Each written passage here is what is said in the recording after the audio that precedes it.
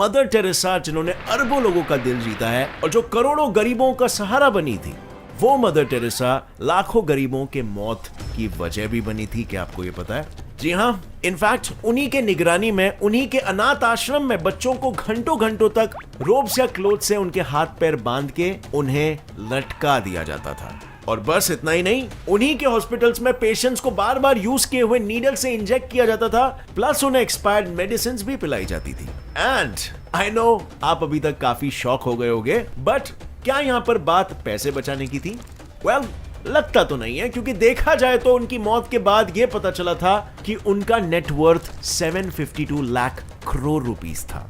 इतना कि अगर वो अपने पैसे वेटिकन बैंक से विड्रॉ करा लेती तो बैंक ही बैंकरप्ट हो जाता। तो इतने पैसे होने के बावजूद भी क्यों गरीबों की मसीहा बनी इस औरत ने गरीबी नहीं हटाई? क्या उसने सारे पैसे अपने ऐशो आराम में लगा दिए? वेल, इसे जानने के लिए चलिए शुरू करते हैं आज का हमारा ये मिस्टीरियस वीडियो, जिसका नाम है मदर टेरेसा का असली चेहरा। अब इससे पहले कि हम मदर टेरेसा के असली चेहरे को जानें, चलिए जरा अपनी मेमोरी को ब्रश अप कर लेते हैं और जानते हैं कि हमें आज तक मदर टेरेसा के बारे में क्या ही पढ़ाया जाता है और उनका कौन सा चेहरा हमें दिखाया जाता है। अब जहां तक मुझे लगता है, मदर टेरेसा नाम सुनते ही हमें humanitarian efforts like treating the lepers, गरीबों के घर का खाना एंड एजुकेशंस एंड गरीबों की भरपूर चैरिटीज एंड प्यार देना, ये सब हमारे दिमाग में आता है, राइट? आएगा भी क्यों नहीं? उनके इसी सारे नेक कामों की वजह से उन्हें 1979 में द नोबेल पीस प्राइज जो मिला था, जो उन्हें इंडिया के कैलकाटा में दिया गया था, बाय द वे। हालांकि अगर हम मदर टेरेसा की ओरिजिन देखें तो वो यूरोप के बाल्कन रीजन में अल्बानिया कंट्री से आई थी, जहां वो 19 साल की उम्र तक रही थी और फिर वो 1929 में इंडिया आ पधारी और 2 साल बाद यानी कि 1931 में वो एक चर्च के नन और कैलकाटा के सेंट मेरीज हाई स्कूल में टीचर बन गई। उसी स्कूल में पढ़ाते वक्त उनको इंडिया की गरीबी और यहाँ के लोगों की सफरिंग्स दिखी, जिसको देखकर वो इतनी भावुक हो गई थी कि उसने चेंज लाने की ठान ली। एंड बस 1950 में उसने खुद का द मिशनरीज ऑफ चैरिटी नाम से एक क्रिश्चियन चैरिटेबल ऑर्गेनाइजेशन की स्थापना कर दी। इस ऑर्गेनाइजेशन का बस एक ही मकसद था, to love and to care for those persons nobody was prepared to look after. उनके इसी मकसद की वजह से उन्होंने बहुत ही जल्द अच्छा खासा नाम कमा लिया, जिसके चलते दुनिया भर में सिर्फ उनका ही नाम मशहूर हुआ। सिर्फ उनका नाम ही मशहूर नहीं हुआ, बट साथ ही साथ उनके ऑर्गेनाइजेशंस के ब्रांचेस भी फैलने लगे। अब इसके अलावा जो और 4 बातें हमें पढ़ाई गई थी वो थी, नंबर 1, मदर टेरेसा को सेंट ऑफ गटर्स के नाम से भी बुलाया जाता था, क्योंकि उन्होंने कैलकाटा के स्लम्स और बेहद गरीब इलाकों में जाकर बच्चों और अन्य डेस्टिट्यूट को सहारा दिया by admitting them to educational institutions and providing medical treatment. उन्होंने बीमार और आखिरी सांस ले रहे लोगों के लिए काली घाट होम बनाया था, so that they all can die in peace. Number 3, अनाथ बच्चों के लिए she made Shishu Bhavan, so that they all can live in peace. Number 4, उन्होंने पूरी दुनिया का दिल जीता by her selfless, caring, compassionate, simple और हमेशा मुस्कुराते रहने वाले स्वभाव से।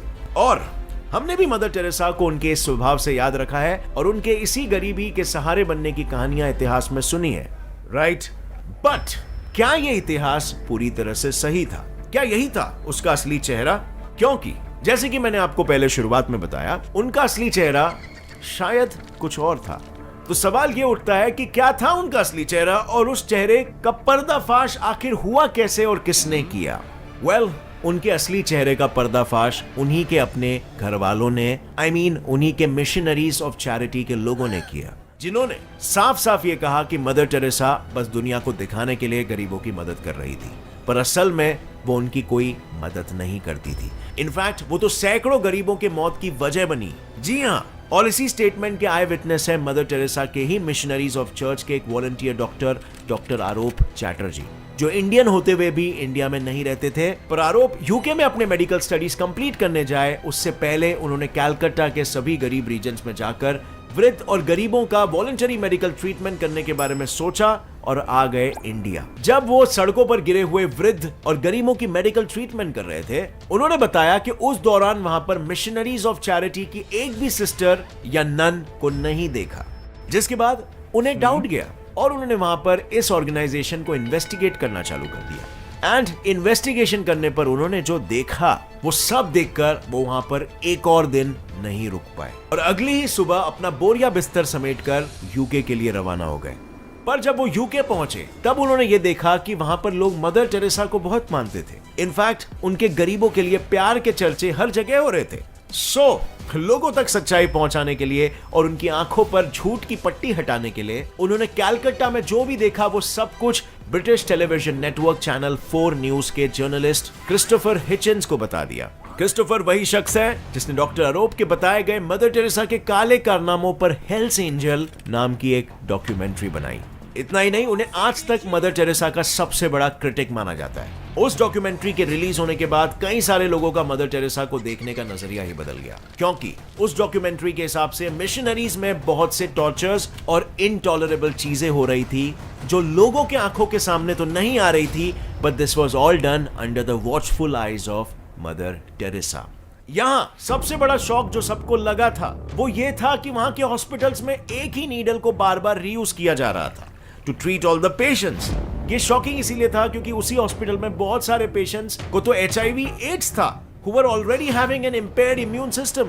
अब आप ही सोचो उनके इस मैल प्रैक्टिस की वजह से कितने ही दूसरे पेशेंट्स को भी इंजेक्ट कर करके HIV पेशेंट्स में बदल दिया गया होगा और किस हद तक नीडल्स के रीयूजिंग से बीमारियां फैली होगी। और दुख की बात तो यह थी कि उन बीमारियों को ट्रीट किया ही नहीं जा रहा था क्योंकि हॉस्पिटल के सभी डॉक्टर्स और नर्सेस की कभी कोई मेडिकल ट्रेनिंग हुई ही नहीं थी। इनफैक्ट जो डॉक्टर्स और नर्सेस वॉलंटरीली मदद करने आते थे उनका भी कोई बैकग्राउंड या क्वालिफिकेशन टेस्ट नहीं किया जाता था। जब इस विषय पर जर्नलिस्ट डोनाल्ड मैकिंटायर को पता चला तब वो डॉक्टर का भेस लेके हॉस्पिटल जहां पहुंचे and guess what, the news was right. उनका कोई बैकग्राउंड या क्वालिफिकेशन चेक नहीं हुआ था और डोनाल्ड ने मदर टेरेसा के सामने हो रहे इस नेग्लिजेंस का तो पर्दाफाश किया ही, बट साथ ही में उन्हें मदर टेरेसा की ही निगरानी में हो रहे चाइल्ड अब्यूज के बारे में भी पता चला। जी हां, वहां पर चाइल्ड अब्यूज भी हो रहा था। डोनाल्ड ने बताया कि मिशनरीज में मेंटली इल बच्चों को रोप्स या क्लोथ से बांध दिया जाता था सो दैट वो बच्चे बिना हिले डुले पूरे दिन एक ही जगह पर पड़े रहे। इनफैक्ट उनका तो यह भी कहना था कि वहां पर ना प्रॉपर सैनिटाइजेशन था, ना बेड्स, ना प्रॉपर मेडिसिन और यहां तक कि बेसिक पेन किलर्स तक अवेलेबल नहीं थे। इतना ही नहीं, वहां पर पेशेंट्स को गर्म पानी तक नहीं मिलता था और जब पेशेंट्स उनसे हीटर्स के इंस्टॉलेशंस की बात करते थे तब नन्स उन्हें यह कहकर मना कर देती थी कि जीसस को यह बात पसंद नहीं है, इसीलिए वो हीटर्स यूज नहीं कर सकते। Like seriously? बट इतनी बेरहम क्यों थी ये मदर टेरेसा? क्या उसे पैसों की कमी थी? वेल, जैसे मैंने बताया वो तो पॉसिबल ही नहीं है क्योंकि मदर टेरेसा को अकेले ही हर साल दुनिया भर के डोनर्स $30 मिलियन यानी 225 करोड़ की फंडिंग करते थे। और स्टर्न मैगजीन्स का तो ये भी कहना है कि मिशनरीज ऑफ चैरिटी भले ही अपने आप को कितना भी गरीब दर्शाए पर उसी मिशनरी की एनुअल इनकम $100 मिलियन से भी ज्यादा थी। है ना चौंकाने वाली बात? बट इससे बड़ी शॉकिंग बात तो ये है कि मदर टेरेसा को इन सब जेन्युइन इन्वेस्टर्स के अलावा क्रिमिनल्स एंड फ्रॉड्स के द्वारा भी फंडिंग आती थी। Yes, criminals and frauds. For example, Charles kidding नाम के एक शख्स ने मिशनरीज में 9.41 करोड़ का डोनेशन दिया था और डोनेशन के कुछ ही टाइम बाद he went to prison for defrauding investors. जहां शॉकिंग बात तो ये थी कि इस बात का पता चलने पर भी मदर टेरेसा ने वो पैसे इन्वेस्टर्स को नहीं लौटाए। इनफैक्ट हाइटी देश के डिक्टेटर जीन क्लाउड डुवेलियर, जो अपने ही देश के लोगों के साथ बेरहम अत्याचारों के लिए पूरे दुनिया में मशहूर थे, मदर टेरेसा ने उनसे भी कई दफा डोनेशंस एक्सेप्ट किए थे। बट ये सब तो फिर भी कुछ नहीं था क्वेश्चन मोर के एक जर्नलिस्ट के रिपोर्ट्स के हिसाब से। अगर मदर टेरेसा ने अपने मौत के पहले वेटिकन बैंक से अपने पैसे विड्रॉ कर लिए होते तो वेटिकन बैंक पूरी तरह से कंगाल हो जाता क्योंकि वेटिकन बैंक का most cached up account mother Teresa का ही था।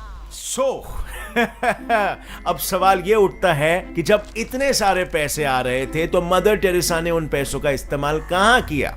वेल, वो जानना तो बहुत ही मुश्किल है क्योंकि इन पैसों को दबाने में सिर्फ मदर टेरेसा का अकेला का ही हाथ नहीं था बल्कि कई सारे पॉलिटिकल लीडर्स का भी हाथ था उन्हें सपोर्ट करने में। जब मिशनरी ऑफ चैरिटीज के ऑडिट बुक्स का इंस्पेक्शन हो रहा था तब पता चला कि इंडियन फाइनेंस मिनिस्ट्री के मंजूरी पर मिशनरीज ने अपने अमाउंट्स को एज क्लासिफाइड इंफॉर्मेशन दर्ज किया था, जो कि बहुत ही अजीब बात है क्योंकि as per Indian law charities को डिटेल में लिखना होता है कि उनको कहां से क्या अर्निंग्स मिली है। बट मिशनरीज ऑफ चैरिटी के इंडिया के ब्रांच को तो छोड़ो, पूरे दुनिया भर के ब्रांचेस में उनको पैसे कहां से आ रहे थे, इसका इस्तेमाल कहां हो रहा था, एटसेट्रा एटसेट्रा जैसे कोई भी रिकॉर्ड्स कहीं पर भी मेंटेन नहीं मिले।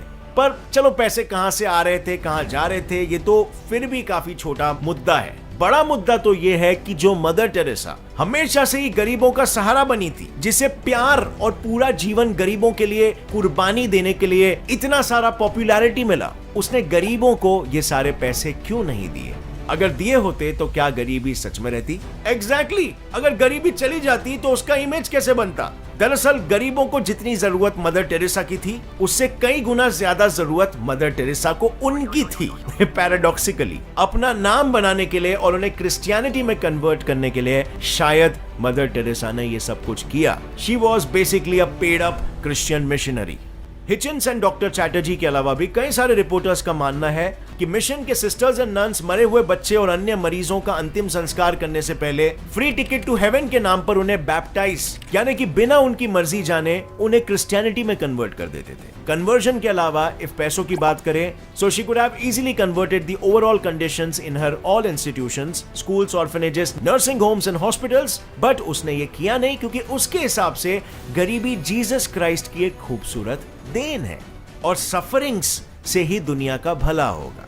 आई नो काफी वियर्ड है, बट उसके हिसाब से गरीबी का डेफिनेशन ही वही था।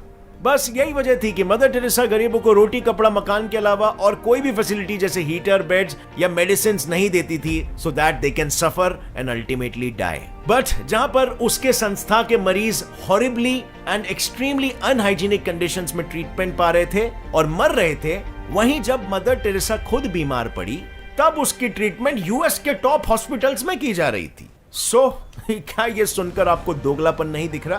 And that's all about it friends. अगर इस वीडियो से आपको कुछ भी नया जानने मिला तो एक लाइक जरूर ठोकना और दुनिया के सामने जितना हो सके ये फैलाओ। सभी फ्रेंड्स एंड फैमिली मेंबर्स को ये सेंड करो ताकि सभी को मालूम पड़े दुनिया में कैसे लोग भी हो सकते हैं।